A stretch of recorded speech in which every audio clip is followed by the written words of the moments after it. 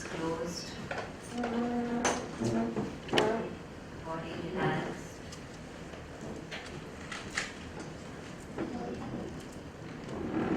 Breathing normal and natural.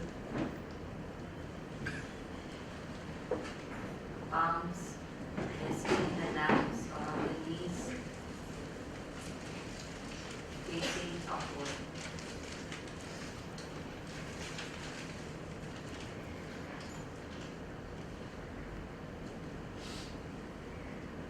Keep the body as still and as motionless as possible.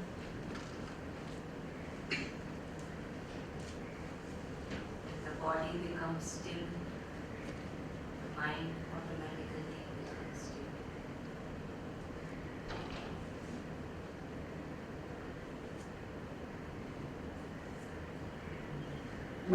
Keep the breathing normal and natural.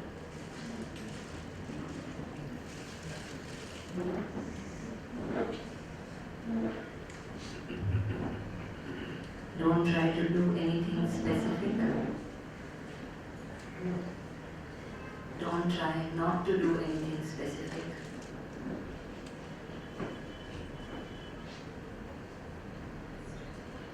If thoughts come, let them come.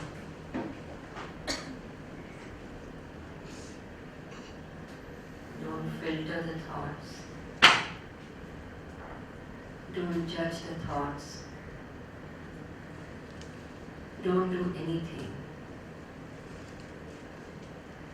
Just watch. Watch whatever is happening as if you have nothing to do with it.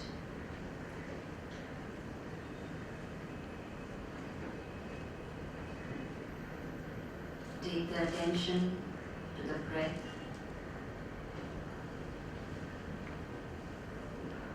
Focus on the breath. Completely aware of the air entering the nostrils, filling up the lungs, swelling up the stomach, emptying the lungs and moving out through the nostrils. Breathing with awareness is one of the quickest ways to quieten the mind.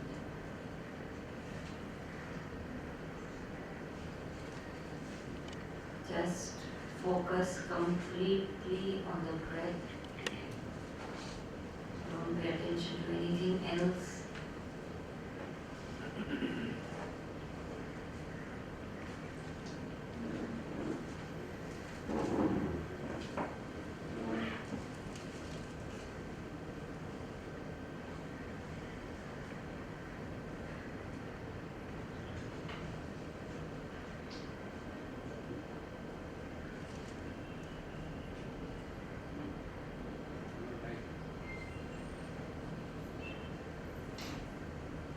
Just remain aware.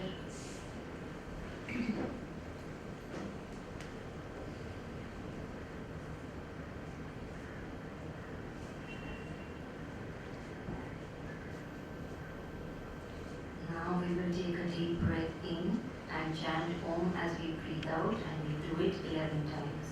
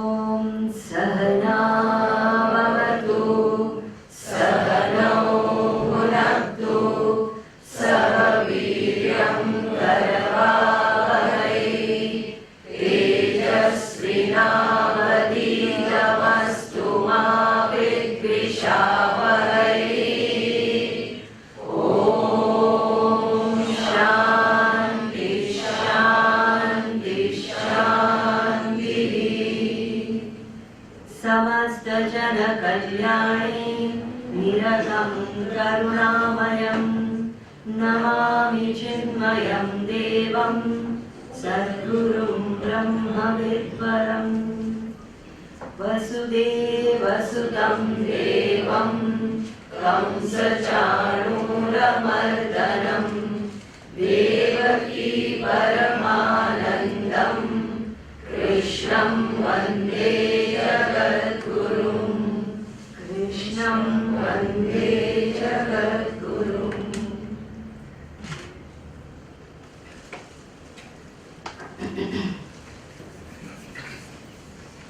Last time we had completed the second chapter of the Gita, Sankhya Yoga. Our favorite exercise. Please take out your cell phones, everybody. I mean it, take out your cell. I'm not joking. Show it to your neighbor. Neighbor, please make sure it is switched off or on silent. Now if a phone rings, I will catch the neighbor.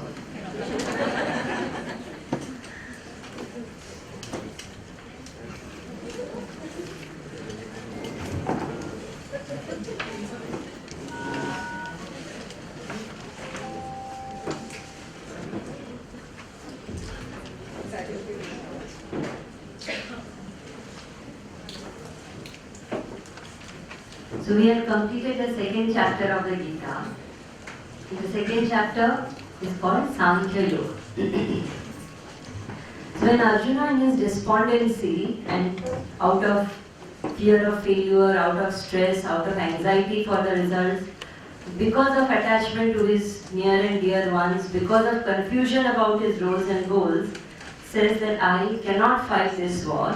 Bhagavan starts by explaining to him the principle of Sankhya Yoga. Sankhya Yoga, the philosophy or the path of knowledge, of self-knowledge. So it was indicated that what ignorance is and how important it is that I know my own self. I recognize myself beyond just the matter vestures, beyond just the identity that I am this particular body or this particular mind or this particular intellect. And we saw that a person who understands this knowledge, who actually discovers happiness within and has established himself in the happiness within, he is called as Sthita Prajna. There were certain qualities indicated in the life of that person. That such a person will be calm, will be balanced, will be extremely desireless. And such a person has reached that state of complete balance because he has practiced what is called as Jnana Yoga. The only way to experience infinite happiness is by knowing that that is within. There is no other way. So here, when such a thing is said in the second chapter, Arjuna, like all of us, was waiting to hear this. Because the moment something like this is said, it acts as the best possible excuse to give up everything that we have to do and we don't like doing. So everything that I don't like doing is the first thing I drop when it is said, all you have to do is know the self, so you have to do satsang, you have to listen to the knowledge from a guru. That's why I'm going to satsang, you do the work. Simple. Best excuse in the world. So Arjuna says that since you have been saying, now he wants Krishna to say it. He's like all of us. When we want to do something and we know it's not perfectly right, we try to get it out from somebody else. We try to get approval from others. So here it is that Arjuna tells Krishna that you are telling that knowledge is the only means to be happy, knowledge is the only means to be peaceful, to attain the goal of life. Then why on earth are you telling me to do action and fight this war? You already proved it very clearly that no action in the world can lead me to happiness because my problem is ignorance. I'm doing everything I'm doing because of ignorance. And because my problem is ignorance, solution is knowledge. Why do I have to do actions? So he says, on one hand you are telling me, O Krishna, that knowledge is the only means to liberation, the knowledge is the only means to infinite happiness, and on the other hand, you're prompting me to do actions. And here Arjuna says something very interesting. Because to him, that shows the objectivity of the student. He is not overwhelmed that, oh, Krishna is God, or he is, my only help, he is my charioteer, or what if he leaves me? No. At that time when knowledge is being communicated, he is a thinker, he is a seeker. So he tells Krishna that what you are speaking seems so self-contradictory that on one hand you're telling me that knowledge is the only means, on the other hand you're prompting me into action. I think you are confused. So now you decide which path should be followed, whether the path of knowledge should be followed or the path of karma should be followed. Whether I should be doing actions or whether I should sit and listen to satsang. You tell me, you decide and you tell me certainly which is correct. Don't tell me these confusing things. And with this question, the third chapter of the Gita, which is Karma Yoga, opens. Very interesting question that comes to all of us all the time. There is a whole class of people who say, everything in the world is knowledge, we are studying Vedanta, that's all you need to do. And on the other hand, there are people who say, I cannot study and all that. That's not my cup of tea. Tell me what action has to be done, I will do it. So which path will lead me to my highest good is the question. Here again, the greatness of Arjuna comes forth very beautifully, because here is a man standing in the middle of a battlefield, totally confused, doesn't know what next, and yet when the knowledge is being given, he is asking which is the best path to follow. He is not just taking whatever is coming and following that. So that urge that in whatever circumstances possible, I will choose what is good for me. That urge to choose what is best for me is something very unique to Arjuna. That's something that needs to come to each of us. That urge to seek perfection at all times. Even if it is a small choice, what is best for me, this is what I will choose. So here Arjuna is saying, what is best for me, you tell me in certainty, and I would like to follow that. And Krishna opens this chapter of Karma Yoga, which is one of the most popular chapters of the Gita, with a very, very interesting statement. He says, my dear Arjuna, those who think that there is a particular path called Jnana Yoga and there is a particular path called Karma Yoga, and these two are completely different from each other and have nothing to do with each other, and you have to choose between one of these two, they are all speaking childish stuff, because these two are not different at all. If we understand the subject that we are trying to seek in its completeness, they are not two different things at all. So when such a thing is said, then obviously it demands explanation. That how can you say that jnana and karma are same? Cannot be, because on the path of jnana, we are being told you study the knowledge, you reflect on it, you sit quietly, go within and discover the truth. In the path of action, we are telling that you go out and act. You can't sit quietly and act. So how is it that action and knowledge, karma and jnana are one and the same? Why does Krishna say they are not different? Now to understand this concept, it is extremely important that we understand what really is karma yoga. Because this word karma yoga is one of the most popular words of our culture, and it is also one of the most misunderstood words of our culture. Everyone uses karma yoga in any context. So there are a lot of people who come for satsang, there are a lot of people who don't come for satsang.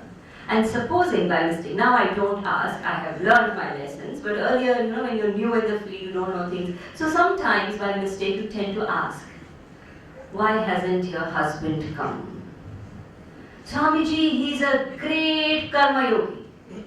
That's why he's not coming to class. What do you mean by karma yogi? Karma yogi means he works 18, 20 hours a day. So we consider that working for longer hours a day makes a person a karma yogi. Now the question is, what do we mean by yoga? Yoga means that which unites us with our highest happiness, in simplest terms. Yoga comes from the word yuj. Yuj means unite. Therefore, yoga means that which unites me with my own highest happiness. So, if I am saying working for long hours is karma yoga, the next question to ask is, after working 18-20 hours, what is happening to that husband?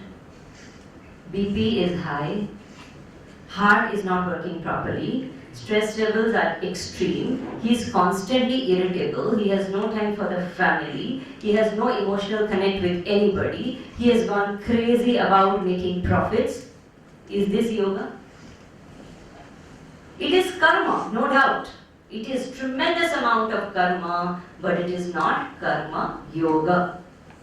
So merely doing a lot of karma is not karma yoga if it is not making me more peaceful, more purer, more happy in my process of doing the action. Another thing that a lot of people believe is karma yoga means doing action efficiently. So it's not about doing a lot of work, but whatever I'm doing, if I do it in the most perfect way, then that is karma yoga. If you have ever been, I'm sure all of you have been through this experience. Everyone sitting here would have gone through this experience at least once in your lifetime. Somebody has picked your pocket sometime in life. When they pick the pocket, do we even realize that my pocket has got picked? They are extremely efficient in their work. Very efficient. Perfect. You won't even know where your purse went. What is that karma yoga? Merely being efficient in doing something does not make karma into karma yoga. Then there is a third category of people who believe that karma yoga means doing specific kinds of work. So supposing one does a lot of charity, one goes to an ashram and does seva, or one does some special kind of work, that is called karma yoga. If you are doing ordinary worldly work, it is not called karma yoga. Karma yoga does not necessarily mean some special kind of work, because even special kind of work can lead to a lot of unhappiness. Karma yoga, to start with, is not an action at all. Karma yoga is an attitude. Why do I need the attitude of karma yoga in life? For that, it is very important to understand what is the role of karma in my life. Why do I do karma, first of all? Why in my life do I do any karma? Any karma that I do, even with something as simple as eating food, I do it to get something. Get food into my body. So every karma has a certain result associated with it. Which means that the karma is prompted out of desire for that result. So there are a lot of people who go for roller coaster rides. So when the family goes together, there will be somebody in the family who will say, I don't want to do it. Arey, it's so thrilling, it's so much fun, you go around and in that situation, how you behave, that shows, the limits of your mind you come. But I don't want that experience.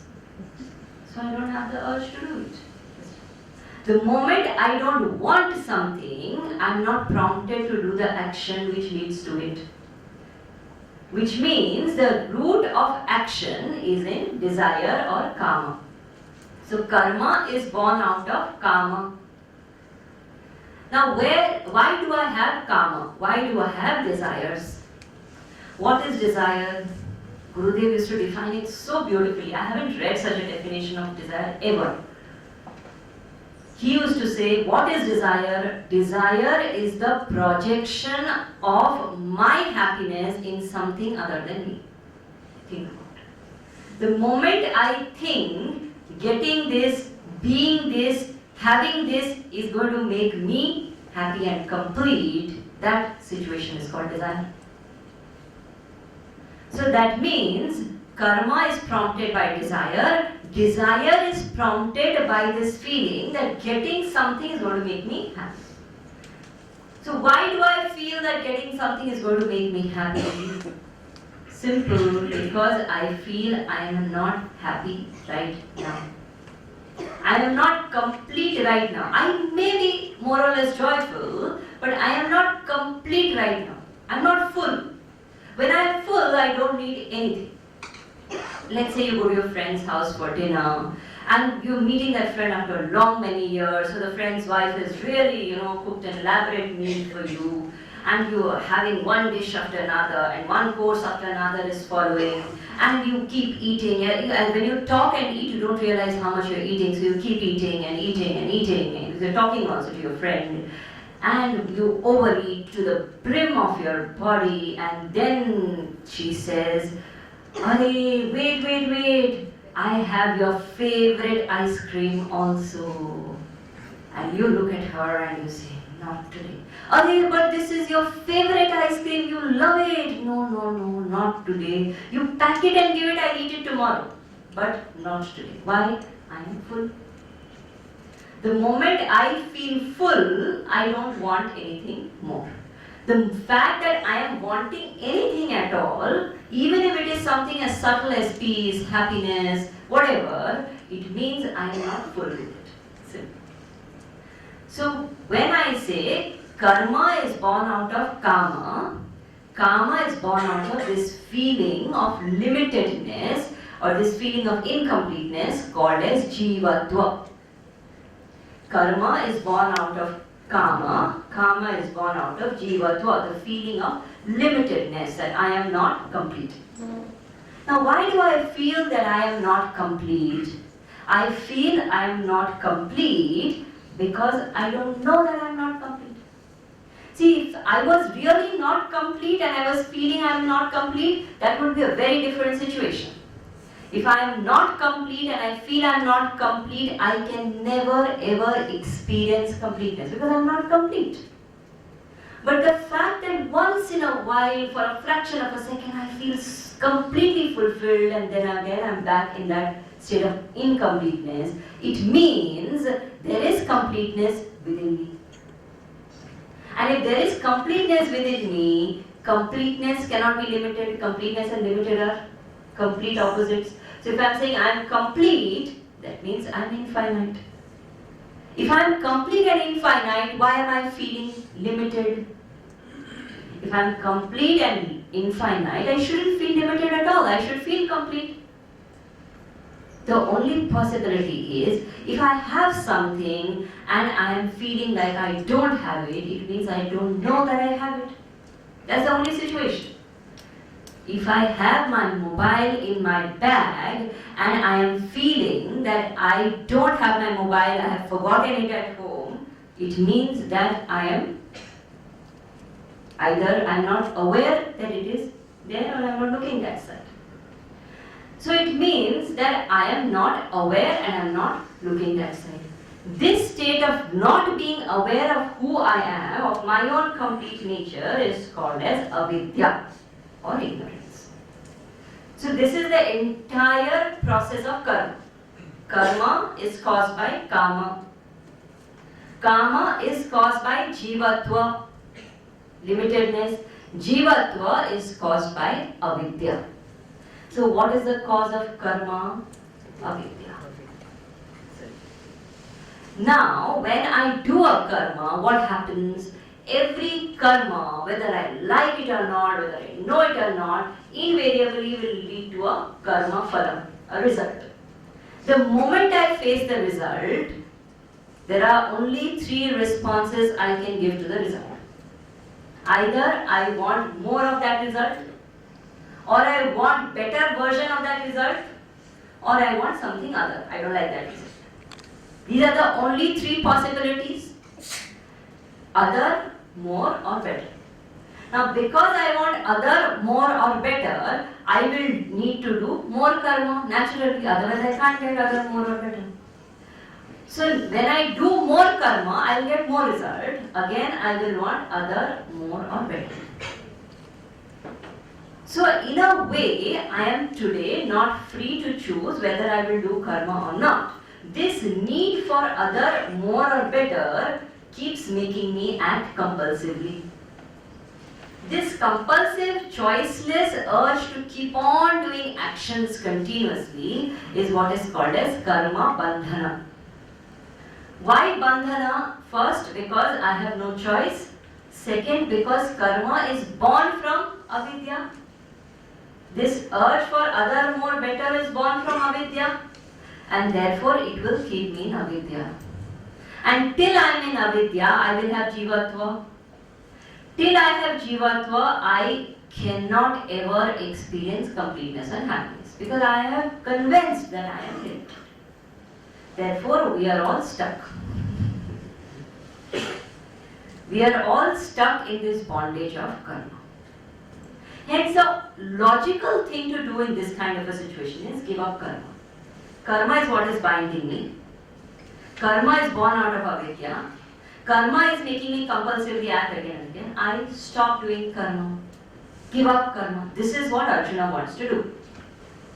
Convinced that karma should not be done, he says, I should not do karma. I want to give up karma. Now, Krishna tells Arjuna, oh Arjuna, please understand one fact in life, that this is not an option. That no being in this entire creation, not only human beings, no being in this entire creation can remain alive for even one moment without doing some or the other action. Breathing itself is an action. He says, even just if you don't want anything else in life, even just to maintain this body, Sharira Yatra, you have to do action.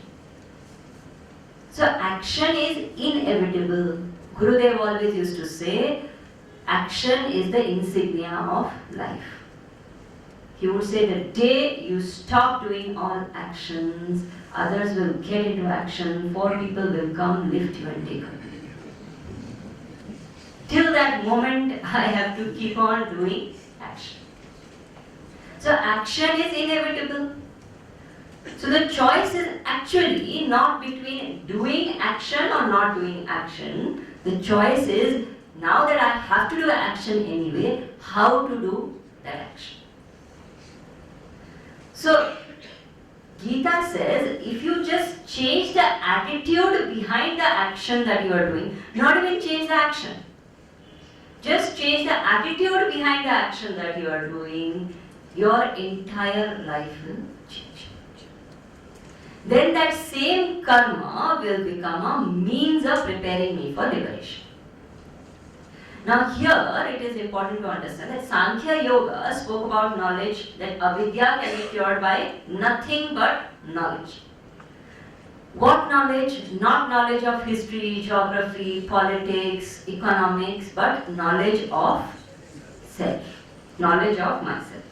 Now this kind of a knowledge about the self, is extremely subtle. Now tell me, have you seen the self? Have you heard the self? Can you touch, taste, feel the self? If it was perceptible to the senses, it would be easy. I could just smell it and say, this is the self I was looking for. Finished. Easy. But it is not perceptible to the senses, not available to the understanding of the mind and the intellect also. Why not available to the understanding of the mind and intellect? Because the mind and intellect function because of the presence of that self. I am, therefore the mind is able to think. If I am not there, what is the mind? It's just a nothing. I am the prompting factor behind the mind. Therefore, I can survive without my thoughts also. Thoughts can't survive without me. Logic. I can survive without my thoughts. Thoughts can't survive without me. Which means that I am independent of the mind. Mind is not independent of me. Mind needs me to exist. Supposing there is a torch, and a battery torch, and you want to see the battery of the torch in the light of the torch. Is it possible? The battery which is lighting the torch cannot be seen in the light of the torch. If the battery is taken out, the light goes. Similarly, the self which is lighting the mind and intellect cannot be seen in the light of the mind and intellect. How much ever we try to think and understand the concept of the self, it's not possible. That is why those who merely try to intellectualize these kind of things find it extremely difficult. One of my favorite stories, there was once one ant, and this ant was a very angry ant. So this angry ant was rushing through the forest one day, extremely furious, and different animals were watching this ant. So the rabbit came there and said, "Ant, where are you going? You look so angry." Ant said, "Don't talk to me, I'm very angry just now, don't even disturb me." And she went ahead. After some time, the snake came there and said, "Ant, where are you rushing in this kind of a fury?" She said, "Don't disturb me, I have to find that elephant, where is he? I'm just going." Then the monkey said from top, "Ant, what are you searching? Why are you angry?" She said, "I am looking for that stupid elephant, where is he?" Monkey said, "I saw him going towards the lake." Ant rushed towards the lake, and as expected, elephant was sitting there comfortably taking his bath, playing in the lake. Ant stands there angry and says, "Hey elephant, come out of the lake." Elephant looks at her, up, down, up. How dare she? But she has courage. She says, second time, "I said, come out immediately." Now elephant is a little irritated, but he says, "Chalo, okay." Lousily he comes out of the lake. Ant looks at the elephant, up, down, head to toe, scans him, goes around him once, and says, "Okay, now go." Now elephant is angry. He says, "What is this? Why did you call me out? And now why did you tell me to go? I can't understand." She said, "Nothing serious. I just wanted to check in case you are the one who has stolen my swimsuit." We are laughing, but like the elephant can never fit into the swimsuit of the ant, the self which is infinite cannot ever fit into our finite minds. So not possible for the mind to grasp the self, not possible for the senses to grasp the self, and yet I want to know the self. How will I know it? Because knowledge is a solution. Now the only equipments we have is the mind, intellect and senses. There is no other equipment of knowing that we have. So it is said, the only way is this mind, intellect and senses which we have, we make them absolutely quiet and pure. Now supposing there are 3 buckets of water, one bucket has extremely dirty water and the water is shaky. In such a bucket, can you see the reflection of the moon? Can't see. Now supposing the water becomes still, can you then see the reflection of the moon? You can't see because it's dirty. You can see the reflection of the moon only when the water becomes still and pure. Once the water is still and pure, what are you seeing? Are you seeing the moon? You're not seeing the moon. You're seeing the reflection of the moon. Seeing the reflection, any intelligent person will say, "Wow, this is beautiful," and he'll look up. The water is not making me see the moon, but the water is making me see the reflection of the moon, which is very, very important for my attention to turn towards the moon. Otherwise, I don't even know, I never look up. Similarly, the mind which is dirty and shaky, agitated all the time, which has so many disturbances, cannot really reflect the self clearly. Because I can't see the reflection, I do not even turn towards it. The quieter and purer my mind becomes, the clearer the reflection of the self becomes. That's why when we go to saints and sages, we feel the presence of the truth. Why? Because their mind has become much more quieter and purer, so the reflection is very, very clear. The moment I see the reflection, my attention turns towards the higher. That's all that Shastra is trying to do. That's all that any scripture, any guru is trying to do. Turn my attention to the self. So now the issue is, I have understood that knowledge is the only solution. Karma is going to bind me, but karma, I don't have choice. Now, to get that knowledge, I need a mind which is absolutely pure and still. If the mind is not pure and still, I cannot experience the knowledge that I am trying to seek. How much ever I listen, it won't sink in. So Krishna says, when we make karma a means of making the mind pure and still, then karma no longer binds, it prepares me for the higher meditation and liberation. So first of all, what is the purpose of karma? Very, very important practical lesson to learn for all of us.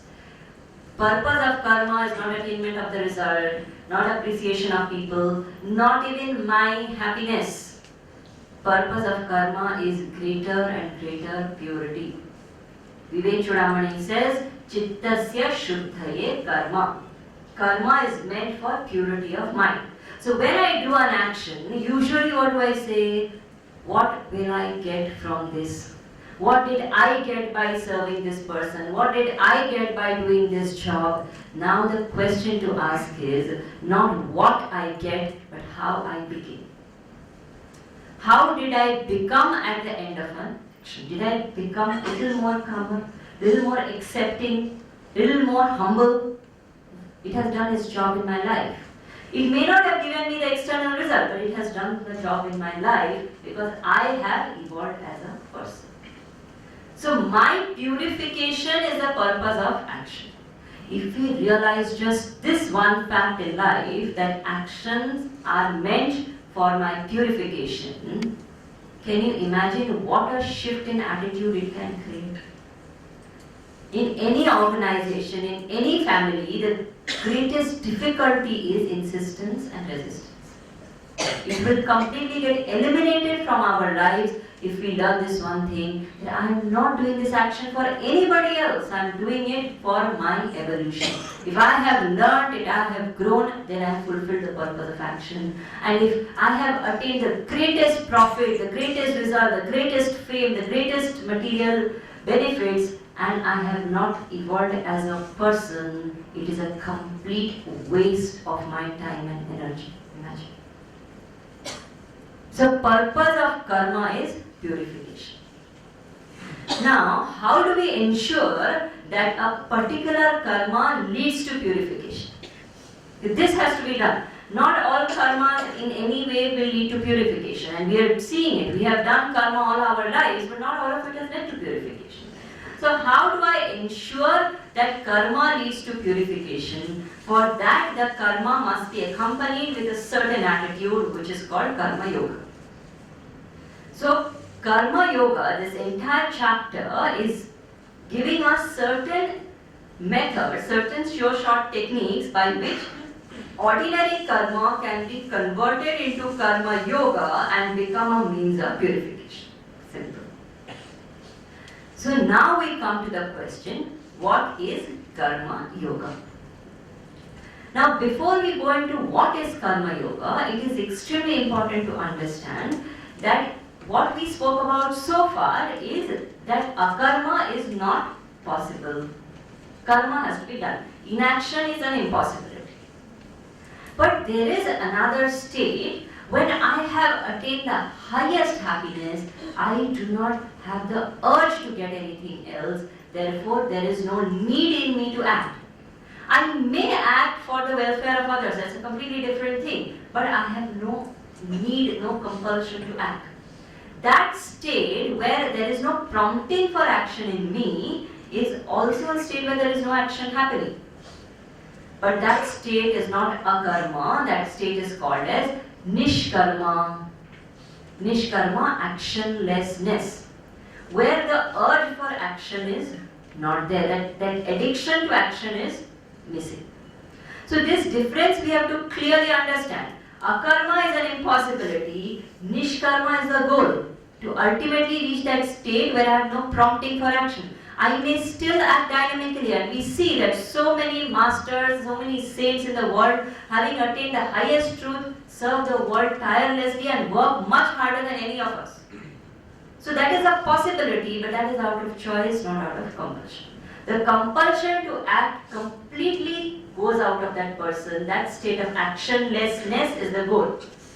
And usually it happens that many people in the society confuse actionlessness with inaction. Actionlessness comes after Jivatva has ended completely, avidya has been eliminated. Until and unless my avidya is eliminated, Jivatva goes out of me, karma is still existing. If I choose to renounce action, saying that see saints and sages, they don't do anything, blah blah, then I will end up in a state of hypocrisy. Krishna says in the 3rd chapter, that state is such that on the outside it will be as if I'm not involved in any action, I'm trying to withdraw, retire, etc. Deep within I'm craving for different kinds of experiences and results and importance. And we see a lot of retired people who go through this kind of a phase. They're craving for importance, but at the same time, they have given up, out of dignity or whatever. This state, Krishna says, is called mithyachara.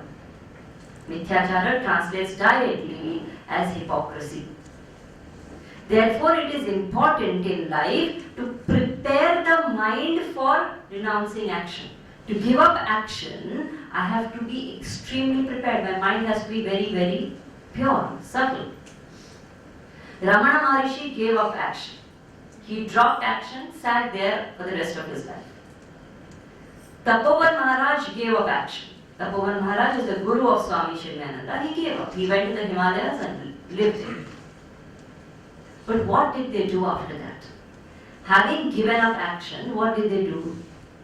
Not watch TV, not play cards, not do time pass. They sat and completely reveled in the knowledge of the self, 24/7. When do I know that I am ready to give up action? When I am ready to contemplate on the self 24/7. That is the criteria. Only and only when I am ready to do 24/7 meditation on the truth, give up action. If I am that ready. Then action has no relevance for me. Why? Because the mind has become sufficiently quiet and pure to do that, finally. Till that point comes where I am 100% ready for that state, I have to keep on doing action in the attitude of karma yoga. Now, karma yoga has different aspects, 5 main aspects. First aspect of karma yoga is, when does karma become karma yoga? When karma is accompanied with a higher ideal, it becomes karma yoga. Not a special action, but the karma accompanied with a higher ideal. I run a business, I earn profit for myself, karma. I run a business, I earn profit so that my country benefits, karma yoga. I go to school, college so that I become a successful person, karma. I go to school, college so that I become a better citizen of the country, karma yoga. Action is the same, only the ideal has changed. The moment the ideal changes, karma becomes karma yoga. Now, it is very important to understand what is the highest ideal in the world. Because there can be different kinds of ideals. Ideal could be a value. For example, Mahatma Gandhi dedicated himself to this ideal of non-violence and truth. So, ideal could be a value. Ideal could be a particular cause, like Mother Teresa dedicated herself to the cause of charity. Or ideal could be the nation itself, so many great leaders dedicated their life to the nation. Any of these ideals will automatically inspire us and get the best out of us, but within a limit. After a limit, that ideal gets exhausted. After a limit, I don't know what else to do. Therefore, to start with, any higher ideal is good. But as we progress on the journey of Karma Yoga, it is very important to understand that no higher ideal is absolute. It will exhaust us. Then what to do? Therefore, it is important that we reach a state where I am able to do every action dedicated to the highest ideal which will never get exhausted. What is the highest ideal? Highest ideal is the Lord Himself. So when I do actions dedicated to the Lord, it is called as Ishvara Arpana Buddhi. That is the term used in the Gita in the 3rd chapter. Ishvara Arpana Buddhi means it could be something as simple as cleaning my house. But I'm not just cleaning my house so that I live in a cleaner house, I'm cleaning my house for the Lord. Every action I do it for the Lord. Now, the Lord never gets over, infinite. The Lord never gets exhausted, infinite. Therefore, I always have a point of inspiration to lift myself. And that itself brings a tremendous amount of change in the way I am acting. If I understand the depth of what I am doing, the whole thing completely changes. Gurudev's, when I say Gurudev, I mean Swami Chinmayananda. Gurudev had this habit of waking up every morning at 3:30, and from 4 to 6 in the morning he would sit and write letters. He used to do a lot of communication, write letters to a lot of people. So he would sit and write letters. Usually there will be some brahmacharini or some sevak or somebody who would be sitting down there. He would be sitting on his table and writing. He would write and pass the letter to the person to put it in the envelope and seal it. So there was once a brahmacharini who was sitting there and he was just passing letters and she was sealing them into envelopes. The last letter which came into her hand, there was no envelope of that size left. So she decided to put it in a bigger envelope, a little bigger. She took a bigger envelope, put the letter in and sealed it. Gurudev looked at her, took the letter back from her, cut it open neatly, took the cutter, cut the envelope to the size of the letter, sealed the letter again and put it back. And he looked at her and said, remember for whom you are doing it. You understand? The moment I understand I am doing it for him, there is no question of compromise. I can do it for anybody else in the world and I can compromise. When I do it for him, I cannot. So the highest in me comes out. There's a very beautiful story in the life of Tansen. Akbar, like we know, had Navagrahas in his court. So there were these 9 jewels. And these 9 jewels were 9 people of extraordinary talent. One of them was Tansen, who used to sing so beautifully. It is said when he used to sing Deepak Rag, actually lamps used to light up. So much was the depth of his singing. One day Akbar was so overwhelmed by the singing of Tansen, he looked at him and said, you sing so beautifully, I have no words to praise you. I don't think anybody in the world can sing more beautifully than you sing. And Tansen looked at him and said, but there is somebody who sings far more beautifully than I sing. Akbar was shocked. He said, who can sing more beautifully than you? He said, there is somebody, he is my Guru, Sant Haridas. He sings more beautifully than me. Now Akbar was curious. He said, I can't believe there can be somebody better than you. I would like to listen to him. You call him to the court. Tansen said, he won't come to your court. He's not the kind to come to anybody's court. If you want to listen to him, you have to come to where he is. Akbar was so curious to listen, he actually accompanied Tansen into the middle of a forest where there was a small abandoned temple, and as they were nearing the temple, he could hear Saint Haridas singing, and as the song he heard, he was getting totally enchanted by the song, and he kept walking towards the music, and when he saw the person singing, he was totally stunned. The singing went on for hours, and Akbar stood there stunned, just listening to the quality of the singing. Then he went and prostrated to Sant Haridas and he said, "Will you please come to my court? I want everybody to listen to you." He said, "I won't come anywhere." Then he said, "Okay, I can't take you there. At least can I offer you something?" He said, "I don't want anything. You want to listen, you listen, otherwise you go. It's okay. I'll keep singing my song here." So Akbar just prostrated to him, went away. As he was walking back with Tansen, he asked Tansen, he said, "He's such a brilliant singer and you are trained by him and so much is your riyaz. Why is it that you still can't sing like him?" And Tansen said something so beautiful. He said, "Because I sing for you and he sings for him." That makes all the difference. When I do something for the higher, for the Lord, the quality of my action changes. So the first criteria of Karma Yoga is whatever action I am doing, I do with this bhavana that I am doing it for the Lord. Ishvara Arpana Buddhi. Second criteria of Karma Yoga is when I do an action, it is extremely important that that action must be bereft of selfishness and ego.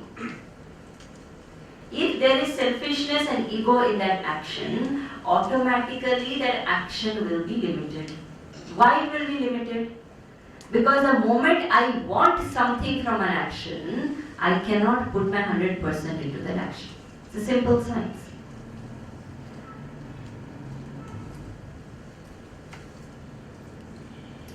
There is a story of a disciple who goes to a guru and says, "I want to know the truth.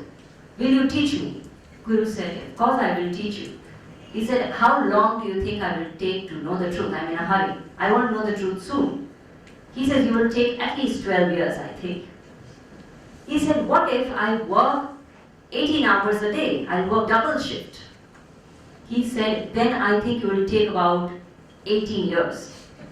He said, "What if I work nights also? Then you will take 24 years. Now the disciple is confused. He says, "How is it that the more time I am putting in, you are increasing the period which will be consumed in reaching the goal?" He said, "Because the more time you are putting in, the more will be your anxiety for the result, and with one eye on the result, you will have only one eye to look at your path, and therefore you will be slower." So it is very, very important that there is no selfishness and ego. The moment there is selfishness and ego, I am not able to focus. Sachin Tendulkar said in one interview very beautifully, he said, "The day I start playing cricket for the sake of runs, I will not play well anymore." Very, very powerful. That the day I start playing cricket for the runs, I won't be able to play well anymore. But till I continue playing cricket for the sake of cricket, runs will happen. And that's what has to be done. When the work is done without wanting any specific result for me and myself alone, not that I don't want anything, I want. But it's not just about me and myself. There is more to the field of action. The broader the field of action, the broader the beneficiaries of that action, the more beautiful that action becomes. Third criteria of Karma Yoga. First criteria is Ishvara Arpana Buddhi. Second criteria is egolessness and selflessness. Third criteria of action is what is called as a Prasada Buddhi. Supposing you go to somebody's house, you've just had your dinner and you suddenly remember, "Oh, we forgot to wish Diwali to these people, they're such nice people, let's go now, it's not too late, we can still go and wish them." So you go to their house And there they say, they bring all these plates and plates of sweet and farsan and keep in front of you, and you say, oh God, I just had dinner, I don't think I will have anything. Arey, but have the shira at least now. Nay, nothing, really, I'm too full, I can't eat anything. Arey, but this is prasad. Acha, prasad they give. Arey, you didn't have any place, where did the place come from? We said just now we didn't have any place, but we said, nay, prasad. Why? You don't say no to prasad. Whatever it is, I accept it. That is called prasada buddhi. So when a particular action produces a result, it does not mean I have not expected a result or the result is exactly how I expected, but now the result has come. This is what it is. Accepting the result as it is called prasada buddhi. As it is means without complaint, without worry, what we discussed last time. No complaint, no worry. So when there is absolutely no complaint and no worry and 100% acceptance of the result is there, that is called as a prasada buddhi. Now how will these three things happen? So it is said for these three things to happen, it is important to have a certain ambience of what is called as yajna. So what is that yajna ambience? So should we bring a havan kund and start doing havan or do something? No. See, the entire culture of our country is based on this concept of yajna. So earlier days it was that the whole community would come together to do a certain havan or a yajna in the benefit of the entire community. No specific individual was the beneficiary of that yajna. And in doing that, the carpenter would get the wood, the dairyman would get the ghee, somebody would get the fruit, somebody would get something. So everyone together would put their efforts, would put their resources for the greater benefit of the greater number. This whole concept is called as yajna. And Lord Krishna says in the Gita that this is not just limited to the activity of the yajna, it is called yajna bhavana. It is an attitude of yajna. So Gurudev used to define yajna very beautifully. What is a yajna? Yajna is a cooperative endeavor undertaken by a group of noble individuals, subduing their individual differences and egos for the sake of a higher cause. This definition is very, very holistic. Yajna is a cooperative endeavor undertaken by a group of noble people, subduing their individual egos and differences for a higher cause. This is yajna bhavana. Now, any work that we are doing, if we do with this attitude that I am doing it for the greater good of the greater number, automatically selflessness, egolessness, Ishvara Arpana Buddhi, Prasada Buddhi. All four will happen. And this Yajna Bhavana is something today which even the management world is wanting to apply in the companies. Saying let the employees work with what is called as team spirit. But actually the word team spirit just underrates the importance of Yajna Bhavana. The import which the word Yajna Bhavana has, the team spirit doesn't have. Team spirit is too small an aspect of Yajna Bhavana. Yajna Bhavana is much more. Yajna Bhavana is where nothing more matters than the cause. And we work continuously dedicated to that particular cause. Every moment one is dedicated to that cause. In such a way that nothing belongs to the individual, everything belongs to the cause. Knowing that, what should I do now? Should I go and do some special kind of social service or something? No. Knowing that, you perform your duty. Niyatam kuru karma tvam, Krishna says. Meaning, you do your regular duties dedicatedly. Very, very important. What does duty do to us? One of the most beautiful aspects of duty, and this is something about duty that nobody likes, but this is the most beautiful aspect of duty, is that duty is choiceless. In duty, there is actually no choice. If somebody says, this is what you're supposed to do, and I say, I don't like doing this, that's not duty. I'm not doing my duty. Or, you know, when there is an office and there are some people and you say, you know, you have to do this project with this person. I don't like this person. Put me in the other team now. This is not performance of duty. Performance of duty is choiceless. Without choosing, without bringing likes and dislikes into play, I just do what I am supposed to do. That is called performance of duty. That is called in Gita as Swadharma. So Krishna says, you just keep on doing your duty. Now what will happen if I keep doing my duty?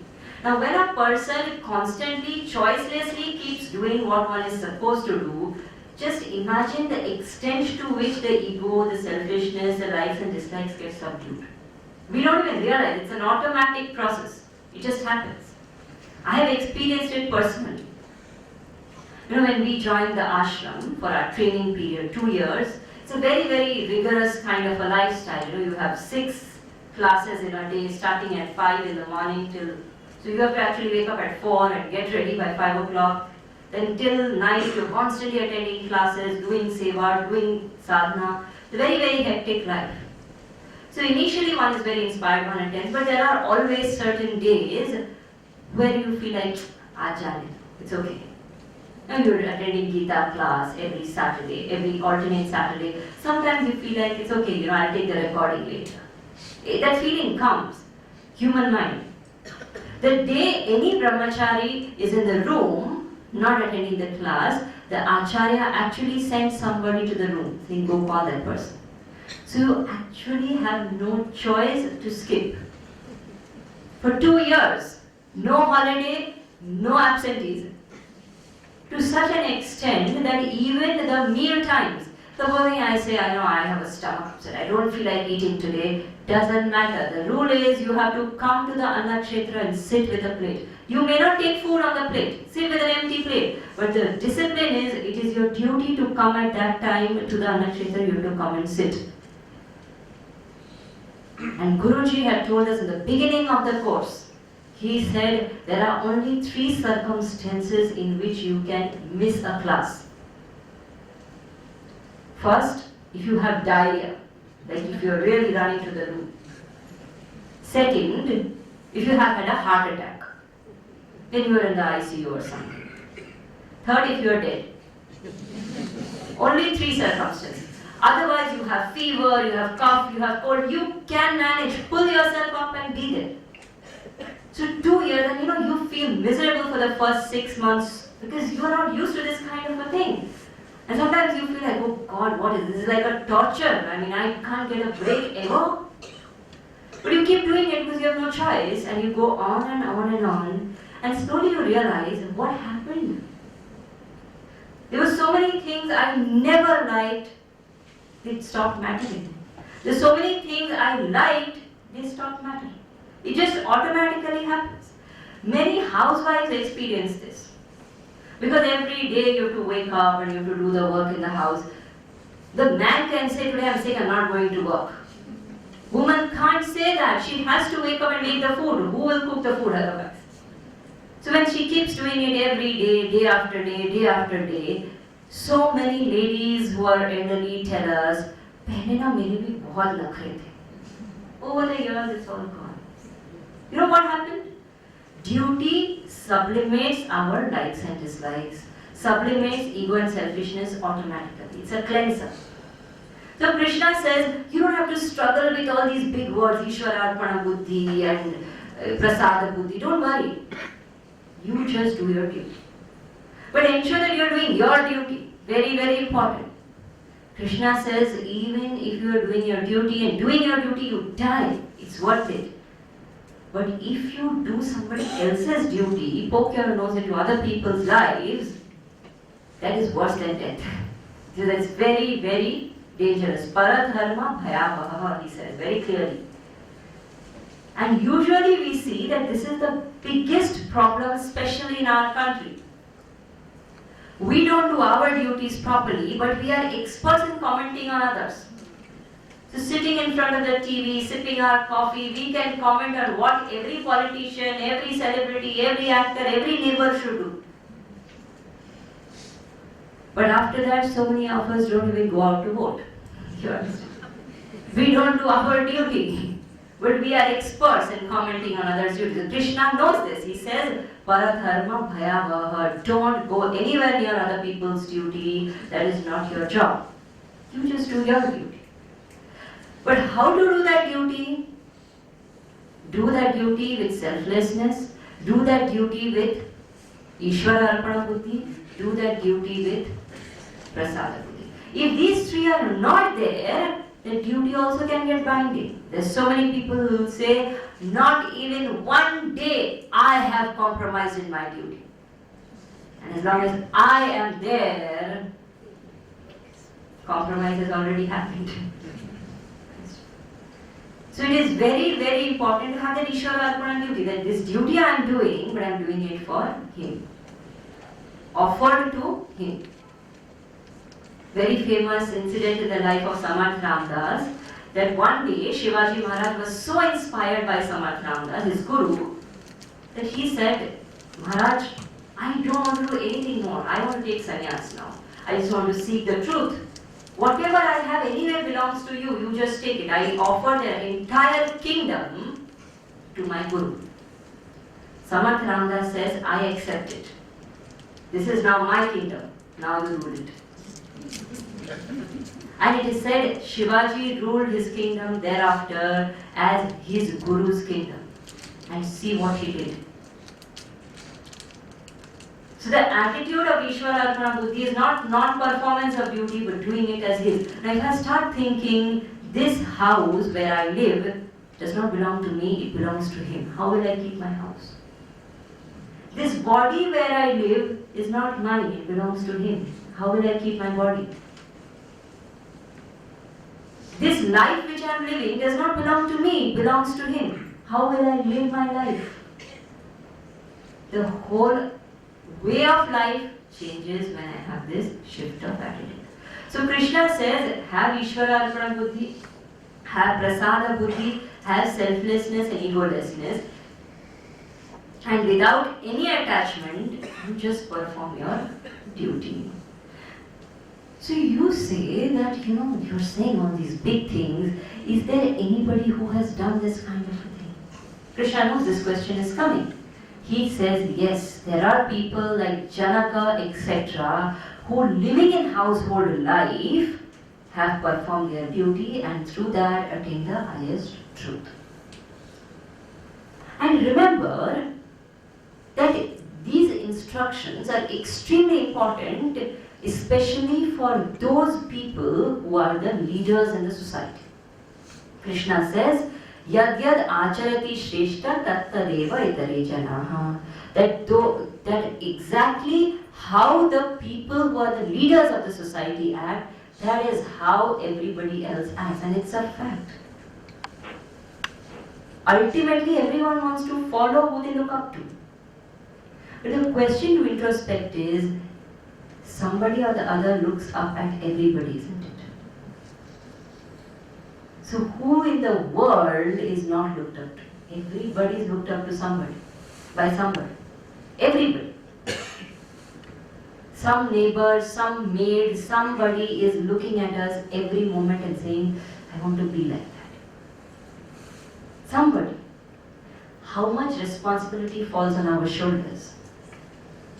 We as people who are educated, we as people who are doing well in our lives, it becomes extremely important that we exercise that responsibility that yes, there is somebody, some child, some youngster, somebody who is going to look at me and say, this is how one should live. And therefore I live an ideal life. I set the highest standards.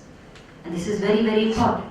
So Krishna says, understand that even if you think you have no duty, you keep doing what you're supposed to do because you are leading by example. People are watching you. And he gives his own example. He says, look at me, I don't have any specific duties. I am free, I can do nothing at all and still relax. I'm Krishna. but I do my duties. And he did his duties. All through his life he did his duties. When he lived in Gokul, every morning it is said at 4 in the morning he would wake up, put on his blanket, take the cows for grazing. He didn't need to do that. He didn't at all need to do. He was the son of the headman of the village. His father never told him go and graze the cows. He did it because he was setting an example. Even as a charioteer, it is said every night he would go back, and when all the soldiers and everybody was resting in their tents, he would actually sit and put medicine on the horses and massage their feet because they were tired running around the whole day. His job as a charioteer he fulfilled to its completeness. He didn't need to do that. He could have told any of the servants, now please just make the horses rest. He did it himself, duty. So he says, I don't have any duty, but I too perform my duties because people are watching me. I don't want that tomorrow somebody will give up their duty saying, Krishna never did duty, so why should I do? And remember, everybody is watching everybody. Therefore, it is extremely important that each of us take on ourselves the responsibility that there is somebody watching. I remember when I was studying in the ashram, I had learned a little bit of Sanskrit before because Guruji had asked me to, I had some time. So I had a little bit of free time during the course. So I used to learn a lot of shlokas and everything. So I used to know the Upanishad mantras. So when the teacher would teach in the class, when Guruji would teach in the class, I would just sit and chant because I knew it. So one day Guruji called me and he said, why are you not looking at the book and chanting? I said, because I know the mantras. I don't need the book. He said, you still need to open your book and chant. And he told me, and that's when it struck me for the first time, he said, look at me. I open the book and chant. It's not because I need the book, because people are watching. If I don't open my book, they are not going to open their book. And not everybody can hear the word and understand. They need to read it to get the right words. Therefore, you must open your book. So the responsibility of being watched over, that I am being watched and therefore I will perform my duty to its perfection. And the entire work of Chinmay Mission, the entire vision of Gurudev was based on this one shloka. Yad yad acharati shreshta tatta devi tarujana. Lot of people would always ask, why did he speak to the educated? Why did he speak to the modern and the English-speaking class? Because his concept was this: you transform the leaders, it will just percolate into the rest of the society. Whatever they do, it will percolate. Even today we see, ultimately everybody does what the celebs do, isn't it? It doesn't matter whether it's right or wrong. Everyone is following them. So if they are transformed, if the leaders in the society are transformed, automatically you are creating a cause for transformation for the whole society. This was the vision. That's why he spoke to the intellectuals, to the educated, saying, you transform, you create the change. Automatically it will go down. Before I took to the ashram, I was working as a journalist, and we used to do a lot of work. I used to do a lot of work in villages. And it's very surprising, I have been to villages where some people would not even have enough food to eat every day. But like it is in India, they would always save money for festivals. And in the festival, people who don't have the money to eat would wear certain kinds of clothes and say, ye na tulsi wali sari hai. Tulsi is some character in a TV serial. Now imagine that character in the TV serial influences the person in the village. I'm not at all exaggerating. So can you imagine how much responsibility lies on our heads? Each thing that we are doing is inspiring and influencing someone around. And it will continue to inspire someone around. Choice with me is either I live a life which is an example or I live a life which is a warning.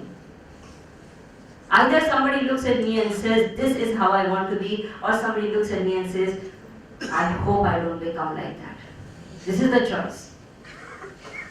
Yad yad acharati shreshta tatta deve darujana. So Krishna says, you take this responsibility, Arjuna. You are such an important person in the society. You take this responsibility and do your duty. Because if you quit, then it will set a trend. And we saw this happening in our country. Ashoka quit fighting battles because he was convinced. After that, so many kings who were not prepared for that kind of a renunciation gave up battles, gave up fighting. When there were attacks from outside, there was no defense from our side. The country got conquered by outsiders. It's history. The moment the leader gives up, Ashoka, such a powerful king, even if he was convinced with what he was doing philosophically, he should have just performed his duty. As a king, it is your duty to protect your country. He gave up war, and what a disaster he created for the country. Imagine. So it is very important that I, as a person who is being looked up to, make sure I fulfill my duties. And fulfill my duties with these three attitudes. With Ishwar Arpana Buddhi, with selflessness and egolessness, with Prasada Buddhi, in the ambience of Yagna Bhavana. This entire philosophy together is called as Karma Yoga. And Krishna says that when you perform Karma Yoga thus, then you slowly will reach a stage where you have attained so much of purity, so much of silence, that you will be able to renounce karma also. So ultimately you will have to give up karma. Give up in the sense you will not need the karma. Then what will happen? What do such people do when they have reached a stage where there is no need for karma? Krishna says, such people act for the sake of Loka Sangraha. Loka Sangraha, for the sake of welfare of the society. For the sake of welfare of others. They no longer act for I, me, myself, but all their actions are dedicated to Loka Sangraha. Meaning, such a person no longer has the ego and selfishness. He is completely devoted to the higher, and then the higher only acts through him or her. Classic example of this, very symbolical, is the Nandi outside the Shiva temple. If you have seen, very popular, outside every Shiva temple there is a Nandi, and whom does the Nandi face? Shiva. Nandi is a bull, and a bull represents dharma. So when a noble person focuses his attention on the higher and acts in the world, the higher makes that person, that noble person, his vehicle. Very symbolic. When a noble person focuses on the higher and acts in the world, the higher makes that noble person his vehicle, and then divine work happens through such people. And we see it in the lives of so many masters. Work which is exemplary has happened. Buddha sat under a tree and spoke to 500 disciples and said, go spread the knowledge. 500 people went in different directions in the world. Even today, Buddhism is the fastest growing religion in the world. Name one MNC which can manage to do this with all their sales representatives. Imagine. Any multinational company can do such a thing. Jesus Christ taught 4 disciples. And those 4 went on to pass the knowledge. Look at the growth of Christianity. Vivekananda worked only for 30 years. Only 30 years he worked. He didn't live beyond that. Not 30 years, 20 years he worked. And in 20 years he created an organization which has today lasted more than 100 years and silently continues to serve and grow. No multinational CEO can do that. Gurudev worked for 40 years. In 40 years' time, he created 300 centers in India, reached out to 27 countries, established 90 schools, so many hospitals, so many rural projects. Today, Chinmay Mission is one of the authorities in the field of spirituality and Vedanta. And even years after he has dropped the body, the standards and quality of the work continues. Can any chairperson, any senior manage this? Very difficult. A study was done by Forbes magazine to see which are the longest lasting organizations in the world. And it was found out that the longest lasting organizations in the world are spiritual organizations. Second is armies. Now imagine what is the power, what is the force which makes it last for so long, which makes it exemplary, extraordinary kind of superhuman work happen. It's not human. It's because these people have become vehicles of the divine for the welfare of others. They are no longer acting for I, me, myself. Imagine we have got this human life. Every one of us has to live a certain number of years. And in those certain number of years, every one of us has exactly and only 24 hours in a day. And in that much time, what have we done and what did these masters do? Isn't it important that all of us strive in our lives to live a kind of life by which we can reach that stage where this particular body and this particular life can become a vehicle for the welfare of others?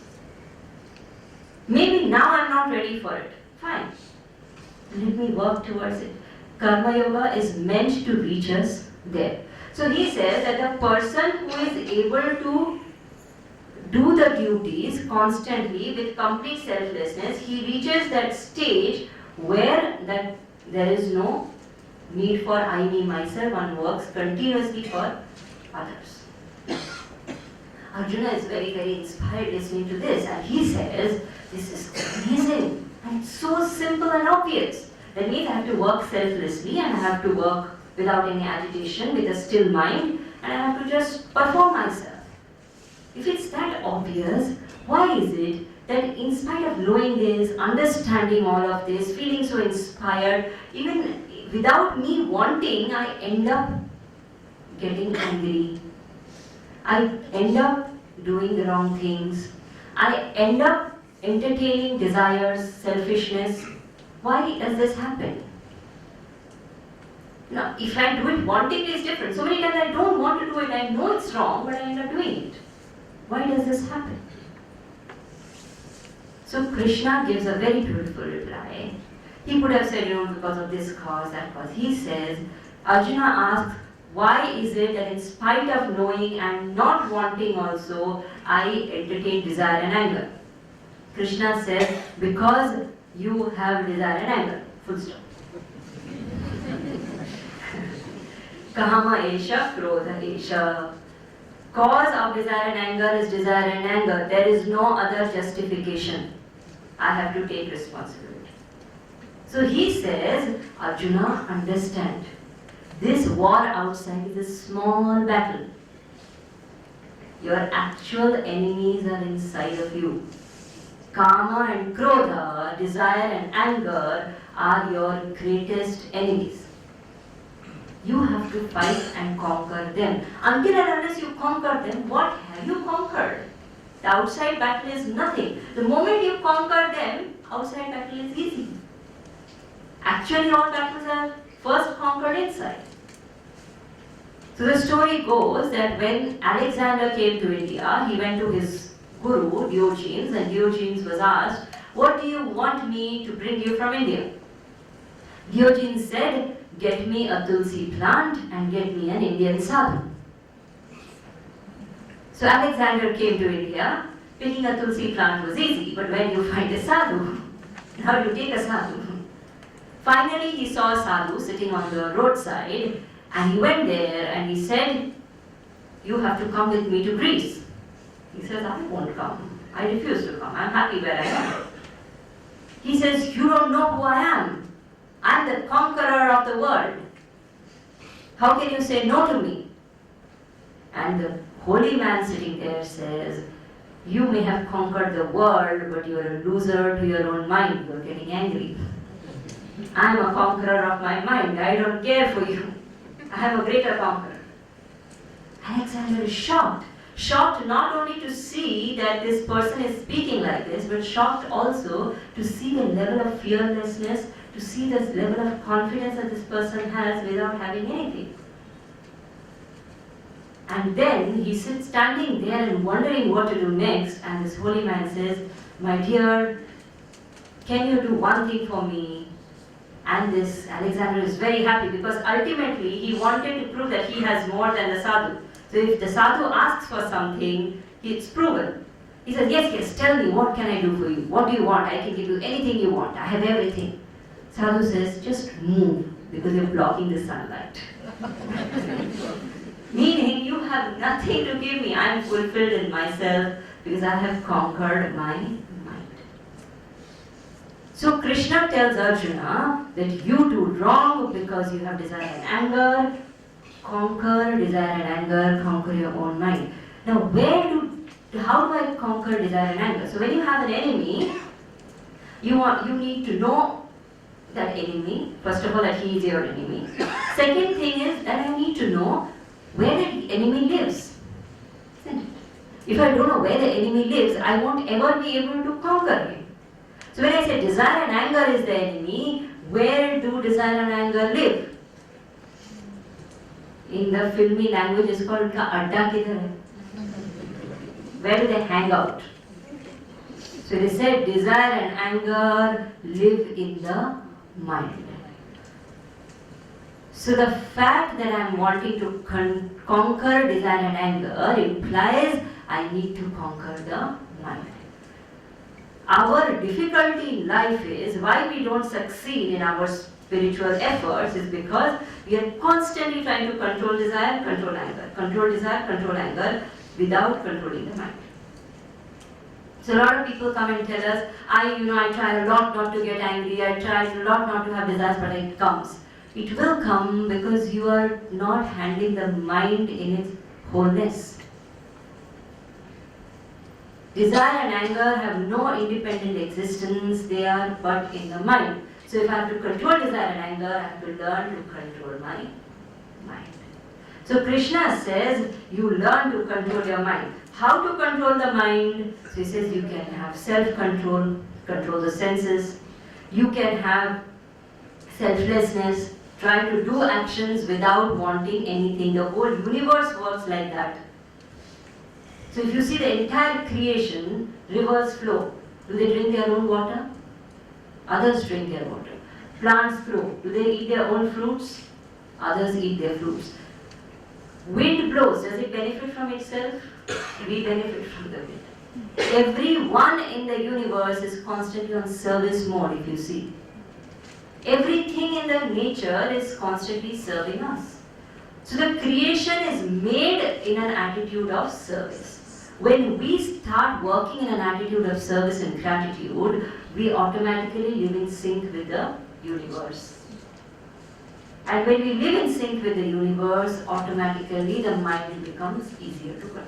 So one is selflessness, one is dutifulness, one is control on senses, one is acceptance and devotion to the Lord. That work with devotion to the Lord. One is living in the present moment, giving up the anxiety for the future, the regrets and guilt of the past, and living in the present moment. And all this combined with knowledge. If you do all of this combined with knowledge, O Arjuna, you will manage to slowly get a grip on the mind. Today the mind is running at such a speed, I have no grip. You can do this exercise when you go home. Take out a pen and paper, take out 5 minutes, exclusive, sit and just write down every thought that is coming to your mind. Every thought that's coming to your mind, just note it down. For once, you will not be able to do it. Because the moment you write one thought, by then 2 other thoughts have already passed. If at all you manage to write it down, we won't be required, you will declare yourself mad. The speed and chaos with which the mind is functioning is really mad. And such a mind to conquer is impossible. When the car is moving at extreme speed, you cannot suddenly apply the brakes. You have to slow down. These are all methods to slow down, to take the steering wheel into our hand and to get a grip on the mind.